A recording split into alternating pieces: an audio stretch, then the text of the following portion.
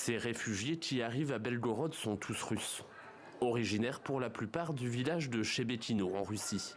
Ils fuient les raids lancés au-delà de la frontière ukrainienne. Depuis quelques jours, les bombardements se sont intensifiés dans cette zone.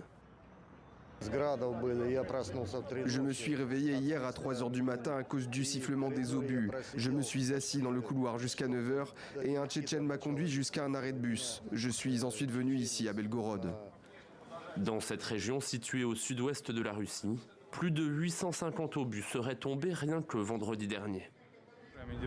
Aujourd'hui, environ 2500 personnes se trouvent dans les 3 centres d'hébergement temporaire, mais leur nombre est en constante évolution.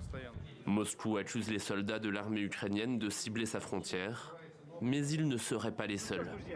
Dans des vidéos postées sur les réseaux sociaux, des miliciens russes se mettent en scène. Ils disent appartenir à la Légion pour la liberté de la Russie, vouloir défendre l'Ukraine et libérer leur propre pays du joug de Vladimir Poutine. Sur ces images de drones qu'ils ont eux-mêmes filmées, on les voit détruire, disent-ils, du matériel militaire russe et lancer un message à leurs compatriotes.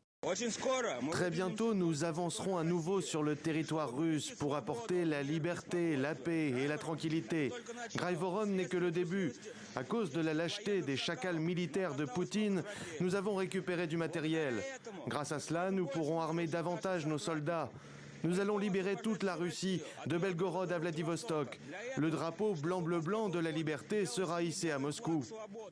Ces combats qui se propagent au-delà de la frontière, en zone russe, marquent une nouvelle étape dans cette guerre, débutée il y a un peu plus de 15 mois.